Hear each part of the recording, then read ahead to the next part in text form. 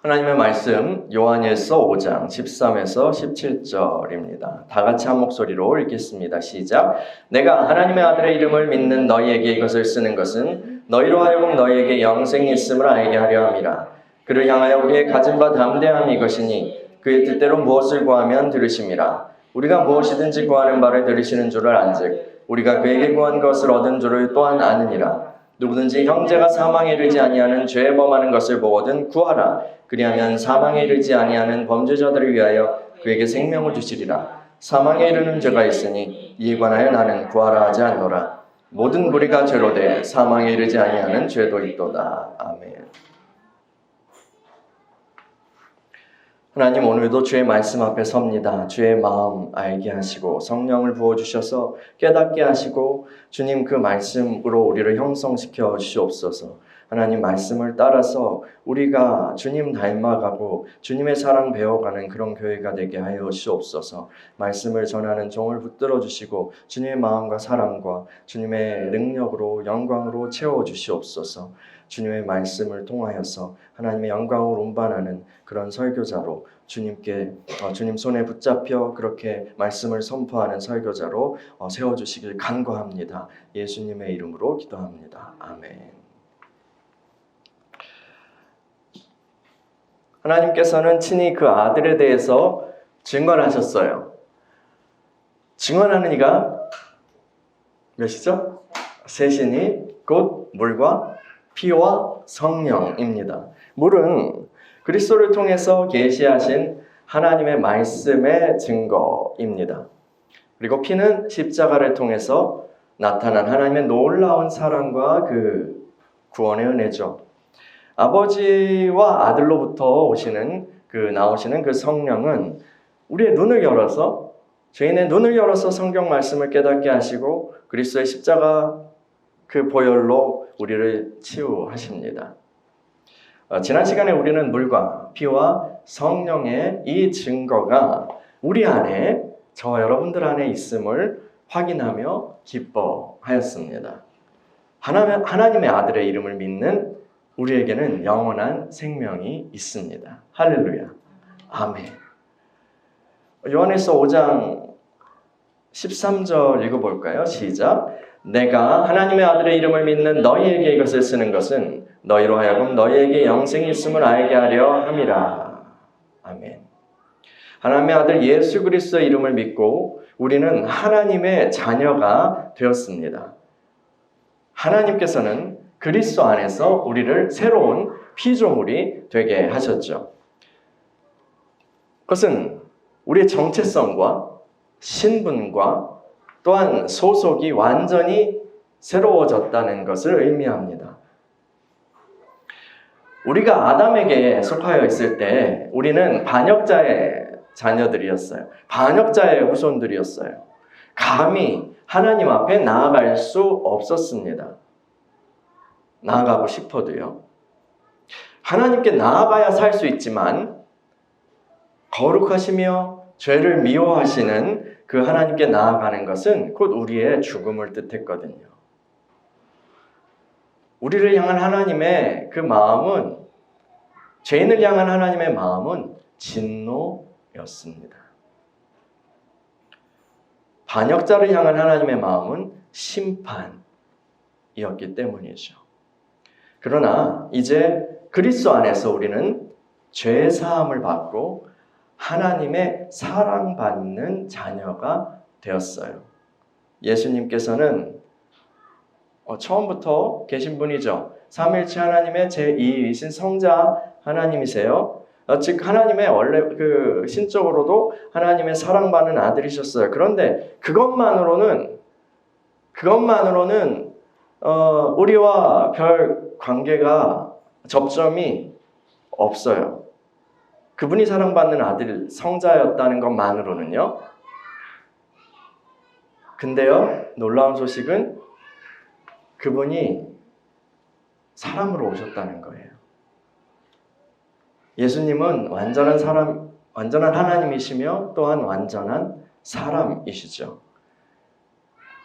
그분은 새로운 아담으로 오셨어요. 첫째 아담은 불순종하였죠. 그런데 둘째 아담이신 이 예수님은 죽기까지 하나님께 순종하셨습니다. 우리는 아무것도 한 것 없지만 그 예수님을 믿고 그와 연합하고 그 안으로 들어갔기에 하나님께서는 예수님을 대하시는 그 사랑으로 우리를 대해 주시는 거예요.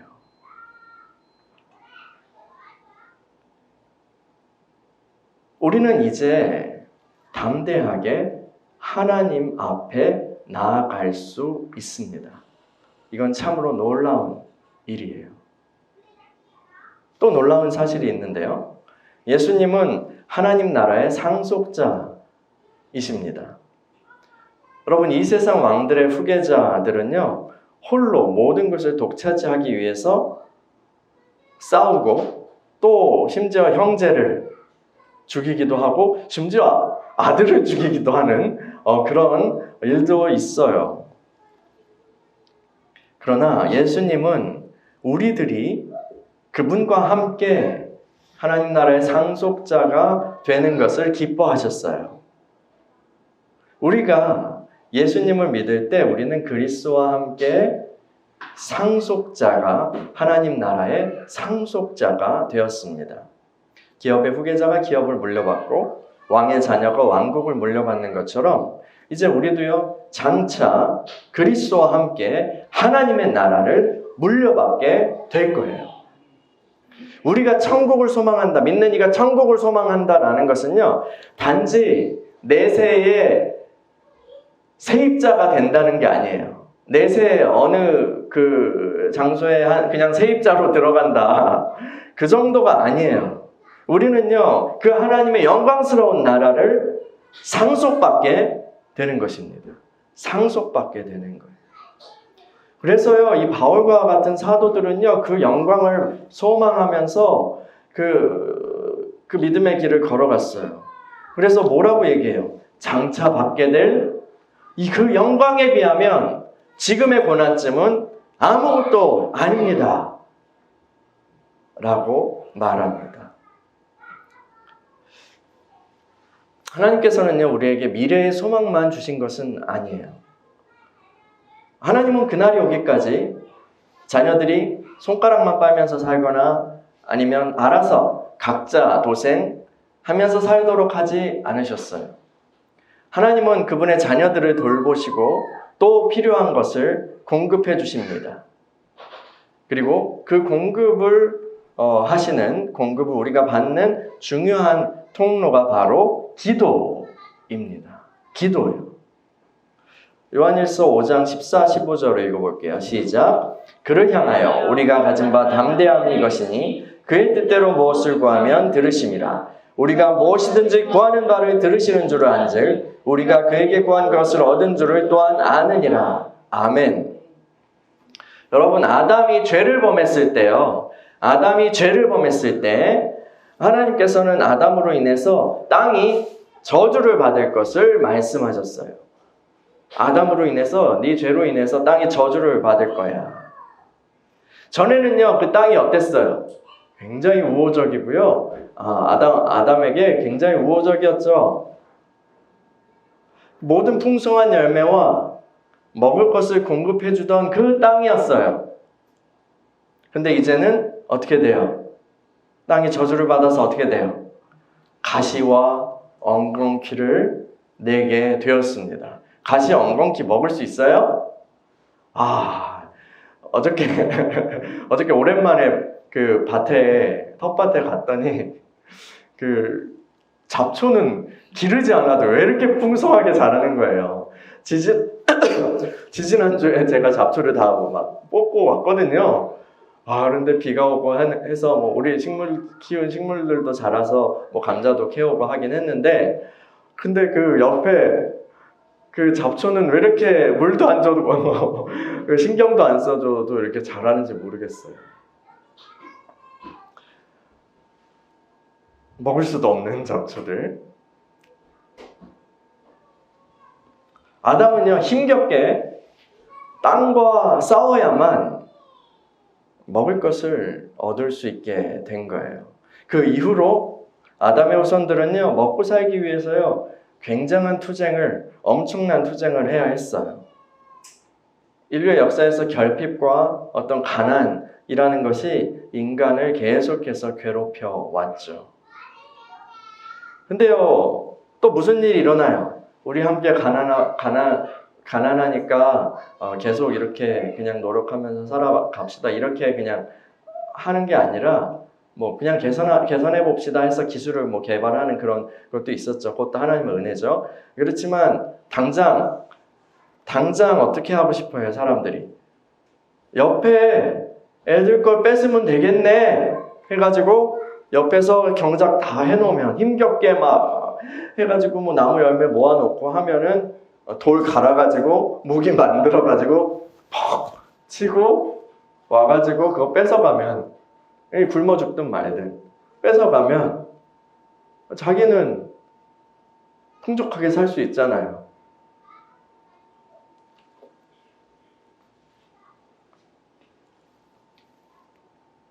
힘을 가진 자들은 다른 이들을 그렇게 착취함으로 또 부를 쌓았어요. 가난과 또 착취하는 그런 착취함으로 쌓게 된 부. 이것은 다 아담이 받은 그 저주로 말미암은 것입니다. 근데요, 하나님께서는 그리스도 안에서 이 저주를 끊으셨어요. 성경은 나무에 달린 자마다 저주 아래 있는 자다라고 말합니다. 그런데 누가 나무에 달리셨죠? 우리 주 예수 그리스도께서 나무에 달리셨어요. 십자가에 달리셨어요. 그래서 우리의 저주를 그 몸으로 감당하신 거예요. 예수 그리스도의 십자가에서 그 저주가 끊어지고 우리는 그리스도 안에서 하나님의 복을 받게 된 것입니다. 그래서요, 하나님의 자녀인 우리들은요, 아버지 하나님의 공급을 받으면서 살아가게 되었어요. 이것이요, 오해하지 마세요.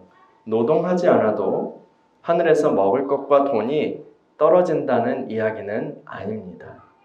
하나님께서 이 세상에서 우리에게 물질을 공급하시는 아주 일반적인 방법은 일할 것을 주시는 거죠. 우리가 일을 할 때, 그런데 우리가 일을 할 때 하나님이 함께 하시고 또 복을 주시며 형통하게 하시는 거예요. 보디발의 집에서 일했던 요셉이 손대는 것마다 잘 됐던 것처럼 말이에요. 또 이삭은 어떻고요? 이삭은요, 처음에 기근 때문에 내려갔다가 이제 거기서 거부가 되거든요. 하나님 그렇게 하신 건데, 기근 때문에 내려갔다가 그 이방인 땅 옆에서 거부가 되니까 이 사람들이, 원주민들이 이제 불쌍해서 받아줬는데 제가 우리보다 더 부자가 되려고 그러네. 그래서 너 좀 나가줬으면 좋겠어. 해서 나갑니다. 그런데 계속 옮기면서 어떻게 돼요? 옮기면서 걔네들이 이삭이 그 우물을 계속 파는데 우물이 계속 나와요. 우물을 파기가 그렇게 쉬운 게 아니거든요. 근데 하나님이 그런 은혜를 주시는 거예요. 그랬는데 또 와가지고 여기 원래 우리 거였거든 하면서 그 이방인들이 또 접수합니다. 그러면 또 가가지고 옆에 가서 우물 파고, 그러면 또 나오고, 그럼 또 뺏기고, 또 그렇게 해서 결국은 약속의 땅까지 돌아와요. 그 일을 통해서 이 이삭을 다시 약속의 땅으로 돌아오게 하신 하나님의 섭리가 있지만, 근데 또 한 측면에서 보면은 이 하나님께서 그 이삭에게 형통하게 하시는 정말 그 기근과 또 사람들이 받지 못하는 어떠한 출처의 어떤 은혜들, 이런 것들이 그 이삭을 향한 공급이었던 것을 우리가 보게 돼요. 이 공중의 새들을 먹이시고 또 들판에 꽃들을 입히시는 그 하나님께서 그 자녀들은요, 훨씬 더 세심하게 알아주시고 돌봐주신다고 우리 주님 말씀하셨잖아요. 그래서 믿는 이들은요, 그 하나님을 의지하여서 살아가게 되는 거예요. 그 하나님을 의지하여서요. 구하고 찾고 두드리면 하나님께서 좋은 것으로 채워주십니다. 주님께서는 제자들에게 기도를 가르쳐 주시면서 그래서요, 일용할 양식을 위해서 아버지께 기도하라고 하셨죠. 세상 사람들은요, 하늘이 막혀 있어요. 세상 사람들은 하늘이 막혀 있기 때문에 스스로의 힘만 의지하거나 요행을 바라는 수밖에 없어요. 그 수밖에 없어요. 스스로의 힘만 의지하거나 요행을 바라는 거예요.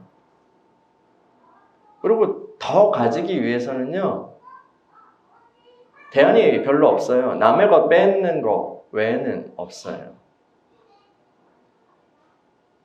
그러나 믿는 이들은요, 그렇지 않습니다. 우리에겐 어디가 열려 있어요?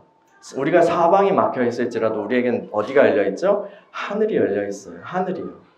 우리에겐 하늘이 열려 있어요. 하늘의 하나님이 우리에게 베푸시고 풍성하게 공급해 주십니다. 하늘의 하나님이 우리에게 공급해 주세요. 그러므로 우리는요, 빼앗는 삶을 그만두고 주는 삶을 살아갈 수 있게 된 거예요. 성경은 가난한 자를 불쌍히 여기는 것은 여호와께 꾸어드리는 것이니 그의 선행을 그에게 갚아주시리라 라고 기록합니다. 잠언 19장 17절에요. 또 우리 주님께서는 주라, 그리하면 너희에게 줄 것이니 곧 후이되어 누르고 흔들어 넘치도록 하여 너희에게 안겨주리라. 너희가 헤아리는 그 헤아림으로 너희도 헤아림을 도로받을 것이니라 라고 말씀하셨어요. 누가복음 6장 38절에서요. 우리가 주는 삶을 살 수 있는 것은요, 하나님이 우리 아버지이시기 때문이에요. 하나님이 우리 아버지이시기 때문이에요. 어떤 신자는 이렇게 말할지 모르겠어요. 나는 아무리 기도해도 뭐 없던데요. 근데 그런 분들은요, 자신의 기도를 점검해 볼 필요가 있습니다. 실상 그렇게 말씀하시는 분들 대부분은 기도를 안 하는 경우가 많아요. 근데 야고보 장로가 뭐라고 했어요? 받지 못한 건 구하지 아니했기 때문이야. 구하지 않으면 받지 못합니다. 그리고 근데 기도했는데요? 근데 기도한다고 하지만 이방인처럼 기도하는 경우도 있어요. 믿음도 없이 사람들은 기도할 때가 있어요. 어떻게 해요? 하느님, 부처님, 공자님, 당군, 아무나 들어주세요 라고 하는 사람들과 같이 그렇게 우리가 하는 기도가 그런 것일 수 있어요. 아무나 그냥 들어주세요 라고 하는 거죠. 이런 기도는요, 하늘 아버지께 올라가지 않습니다. 여러분, 요즘 스팸 문자 엄청 오죠? 스팸 문자 엄청 와요. 막 주식 투자하라고, 코인 투자하라고, 뭐 정보를 주겠다고요. 아니, 정보를 알고 있으면 자기네들이 할 것이지. 왜 그렇게 막 하려고 그래. 다 넘어가면 안 되는 것들이죠. 근데 스팸 메일도 있고요. 그 스팸 문자도 있고 그렇습니다. 근데요, 이런 하나님, 부처님, 산신령 다 아무나 들어줘요 막 이렇게 하는 기도는요, 이 스팸이나 똑같아요. 하늘나라에서도요, 또 스팸이 또 쌓이네 해가지고 하나님 가기 전에 그냥 커트라고요. 커트. 스팸 우리 거르잖아요. 그냥 커트 된다고요. 스팸 메일 같은 기도는요, 믿음이 없는 그런 기도죠. 하나님에 대한 어떤 그 관계성과 믿음 없이 아무나 내 걸 들어줘요 하는 건, 이건 뭐 주술이라고 말하기도 부끄러운 스팸 같은 기도입니다. 또 아버지의 마음도 모르고 정욕을 따라서 구하는 그런 기도는 하나님 아버지의 마음에 다가간다 하더라도 근심만 쌓는 그런 기도죠. 만약에 우리 시온이가 막 10대가 티네이저가 돼가지고 아빠 칼 좀 사주세요. 그 마셰테라고 있더라고요. 그 칼을 그냥 가지고 다닐래요. 그러면 잭나이프나 사주세요. 그거 안 되면. 그럼 사주겠어요? 얘가 왜 이래? 아빠, 오토바이 사주세요. 오토바이는 뭐 탈 수 있는 거지만 부모가 자녀에게 사주면 안 되는 것 중에 하나죠. 오토바이 사고는 너무 큰 위험을 가지고 있잖아요. 아빠 오토바이 탈래요. 저 오토바이 사주세요 하면은 저는 일단 거절할 것입니다. 크게 화를 낼지도 모르죠. 이 자식이 뭐 이러고 할지도 모릅니다. 만약에 근데 그럴 때 오 그래 하면서 칼 사러 같이 가자 하는 그런 부모는요 악마죠. 자녀가 총이 좀 필요한데요. 아빠 엄마 총이 좀 필요한데 하는데 그거 내일까지 책상에 갖다 놓을게 하면서 하는 그런 부모는 완전한 악마죠. 때로는요. 그래서 하나님의 그 거절이 우리를 향한 사랑의 표현이기도 합니다. 응답받는 기도는 하나님의 뜻대로 구하는 기도예요. 우리가 아버지 하나님을 신뢰하며 또한 그분처럼 자비를 베푸는 마음으로 살아갈 때 우리의 기도는 하늘에 상달될 뿐 아니라 하나님의 그 풍성한 공급의 통로가 되는 것이죠. 사실요, 우리가 하나님이 원하시는 그 중심을 가지고 살아가면 굳이 우리가 막 달라고 졸라대지 않아도 아버지께서 알아서 다 채워 주십니다. 그냥 하나님 이게 좀 필요한데요 라고만 해도 이래서 준비했지 하면서 야 너는 걱정 말어 하면서 하시는 거예요. 그래서 우리 주님께서는 그거에 대해 뭐라고 말씀하셨을까요? 그런즉 너희는 먼저 그의 나라와 그의 의를 구하라. 그리하면 이 모든 것을 너희에게 더하시리라 라고 말씀하신 거예요. 우리가 하나님 중심으로 하나님 나라를 위하여 그렇게 살아가면 물심양면으로 하늘의 지원을 받게 되는 것입니다. 왜냐하면 우리는 사랑받는 자녀일 뿐 아니라 그 나라의 기둥 같은 일꾼이기 때문이에요. 주님의 명령을 따라서 그래서 다른 사람들을 섬기는 일을 하는 사람들은 하나님께서 알아서 잘 챙겨주십니다. 그가 하나님의 일을 감당하니까 주님이 그의 삶을 책임져 주시는 거예요. 근데 뭐 꼭 목사나 선교사나 이런 분들만 주님의 일꾼인 것은 아니에요. 모든 성도들은 다 하나님의 일 가운데로 부르심을 받았죠. 그래서 각자에게 주신 그 믿음과 은혜의 분량에 맞게 우리는 그 복음을 전하기도 하고 전도하기도 하고 또한 연약한 신자들을 돌보면서 그리스도의 몸을 함께 세워나가는 것입니다. 기도의 특권에 대해서 이야기하던 이 장로 요한은요, 이어서 특별히 여러분들이 다른 형제들을 살리기 위한 기도를 하십시오라고 얘기해요. 다른 형제들을 살리기 위한 기도를 하라고 말해요. 이것이 바로 모든 사역의 기초인 중보기도입니다. 오늘 말씀 나머지 부분 읽어볼까요? 요한일서 5장 16, 17절 시작.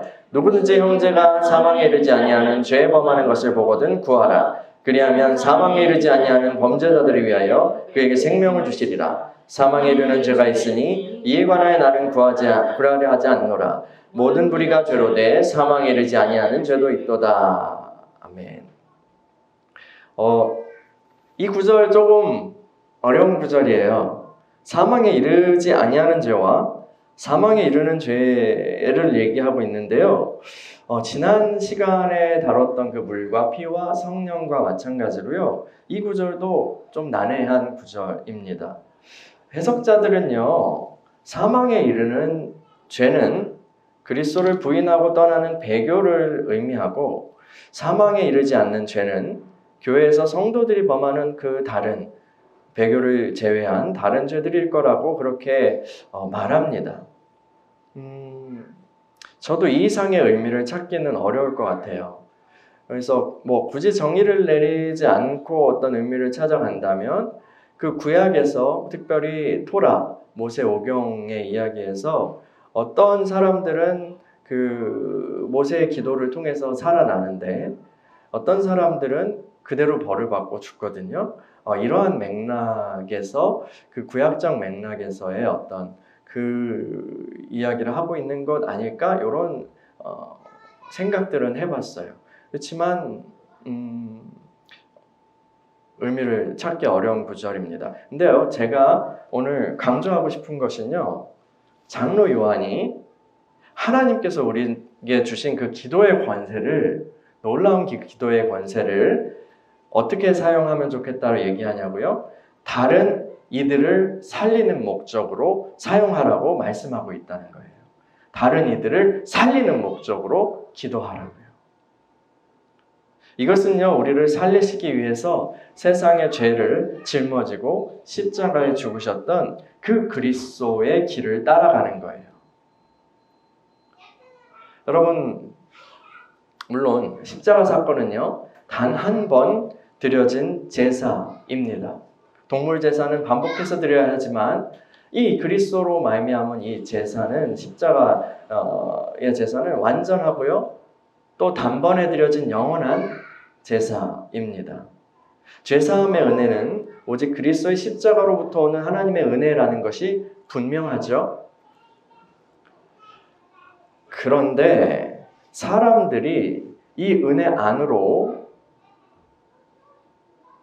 들어와서 그 죄사함의 은혜를 받고 또 생명의 풍성함을 누리는 그 일에는, 그 일은 성령께서 하시는데요. 그 구원의 적용은요. 그런데 그 성령께서요, 은밀하게 하시기도 하지만, 근데 이 시간과 공간 속에서 그 성령께서 어떻게 하시냐면, 먼저 믿은 신자들의 기도를 사용하시는 거예요. 당연히 전도도 사용하시죠. 전하지 않으면 누가 믿을 수 있겠냐 그랬잖아요. 바울은 로마서에서 하나님의 택하심, 하나님의 선택, 하나님의 은혜를 굉장히 강조하고 다른 서신에서도 그렇게 얘기하지만, 그렇다고 복음을 안 전해야 되는 건 아니야 라고 또 얘기해요. 전하지 않으면 들을 사람은 없어 라고 또 얘기하죠. 그런 것과 마찬가지로요, 이 성령께서 우리에게 한 사람의 그 죄인이 주님께 돌아오고 또 그 신자가 강성해 나가는 그런 일에 있어서 그 일을, 구원의 그 객관적인 그리스도의 십자가를 통해서 오는 그 십자가 부활을 통해서 오는 그 은혜를 적용시켜 주시지만, 이 일이 어떻게 나타나느냐, 이 일을 하시는 과정에서 먼저 믿은 신자들의 기도를 사용하시는 거예요. 한 사람이 구원받는 건 오직 하나님의 일방적인 선택에 의한 것이죠. 근데 그 시간 속에서 그 일이 나타나기까지요, 하나님은 여러 사람의 기도와 또 눈물과 수고와 심지어 고난을 사용하시는 거예요. 그 하나님의 사역에 우리를 참여시켜 주신 거죠.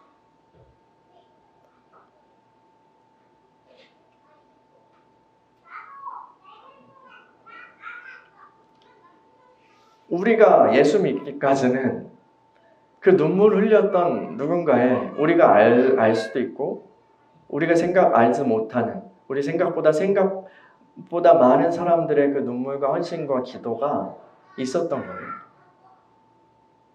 내가 여기서 지금 믿음 생활을 하고 있기까지.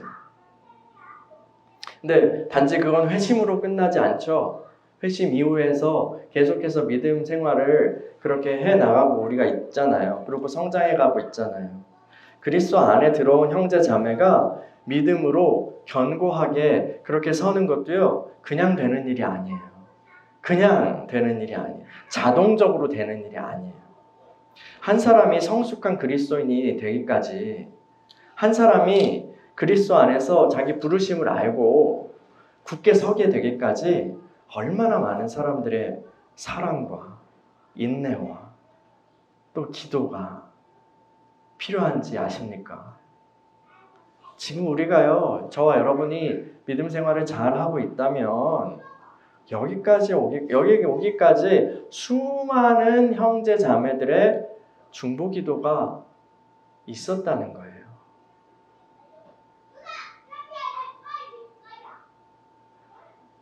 그렇다면요, 이제는 우리가 다른 이들을 생명으로 인도하는 다리 역할을 할 때가 온 것입니다. 한 사람의 영혼이 깨어나기 위해서는요, 한 사람의 영혼이 깨어나서 주님이 진리시라는 거, 주님을 그리고 사랑하게 되는 그것을 나타나기까지는요, 누군가는요, 가슴을 찢고 울어야 돼요. 누군가 가슴을 찢고 울어야 돼요. 그리고 죄의 늪에 빠져서 허우적대는 그 일을 건져내기 위해서는요, 누군가는 몸을 더럽혀야 되는 거예요. 아니, 여기서 누가 죄 범하는 것을 보면요, 생명 주시길 간구하라고 했어요. 근데 이 기도는요, 저 형제 죄 범하네? 하나님 살려주세요. 이런 게 아니에요. 그냥 기도는요, 저기서 누가 막 어이구 넘어져서 다쳤네 하면서 커피 한 잔 이렇게 막 그 테라스에서 이렇게 막 하다가 저쪽에서 이렇게 넘어져서 다쳐서 막 힘들어하고 있는, 쓰러져 있는 그 사람 커피 한 잔 하다가 119 부르거나 아니면 경찰에 신고하는 그런 기도가 아니에요. 그런 우아한 기도가 아니에요. 죄를 범한 형제를 살려달라고 하는 기도는 그런 거가 아니라는 거예요. 이 기도는 주님의 마음을 가지고 짐을 져주고 똥구덩이로, 그 형제가 뒹굴고 있는 똥구덩이로 내려가서 같이 손잡고 이끌고 나오는, 대가를 치르는 그런 기도예요. 그리스도의 몸, 교회는요, 우리 믿음은요, 그냥 자라는 것이 아니죠. 누군가는 하나님이 자라게 하시지만, 자라는 이는 하나님, 자라게 하시는 이 하나님이시지만, 그런데 또 누군가는요, 뿌려야 되고요, 누군가는 물을 줘야 되고요, 누군가는 걸음을 줘야 해요.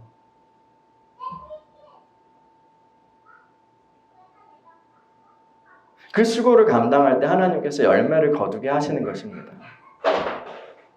하나님께서요, 우리에게 기도라는 특권을 주신 것은 하나님의 통치를 이 땅에 펼치는 그 일에 우리를 참여시켜 주신 거예요. 그러니까 하나님의 동역자로 우리를 불러주신 거예요.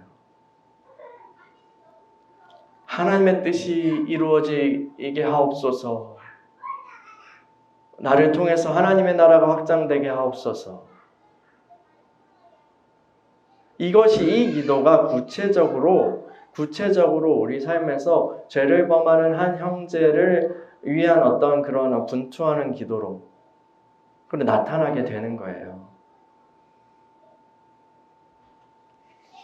주님이 우리를, 죄 가운데 죽었던 우리를 살리셨던 것처럼요, 우리도 다른 이들을 살리는 일을 하는데 주저하지 맙시다. 하나님의 나라는요, 교회는 주님의 일꾼들이 그리스도의 남은 고난을 자신의 몸에 채우는 그 일을 감당할 때에 확장되고 부흥하게 되는 거예요. 우리가 그리스도의 몸이에요. 아니요, 아까 뭐 그리스도께서 다 이루셨다면서요.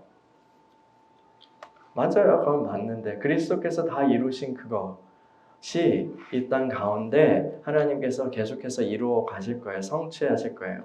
그리고 주님께서 완성하실 거예요. 근데 그 스토리 안에 저와 여러분들이 있는 거예요. 주님의 일꾼들이 있는 거예요. 그 스토리 안에서 등장인물들이 저와 여러분들인 거예요. 이제 그리스도의 남은 고난을 내 몸에 기쁨으로 채웁니다. 이 말은요, 사도 바울이 한 거예요. 그리스도의 남은 고난을 우리 몸에 채우고 형제를 살리기 위한 그러한 기도를 감당할 때 하나님의 그 나라가 확장되는 거예요. 한 사람이 생명을 얻고 넘어졌던 한 사람이 회복되고 모든 삶을 돌이키시는 하나님의 은혜가 나타나게 되는 거예요. 형제 자매들을 살리는 그 중보, 기도의 사명을 기쁨으로 감당하는 저와 여러분들이 되기를 축원합니다. 이 시간에 우리 같이 기도했으면 좋겠어요.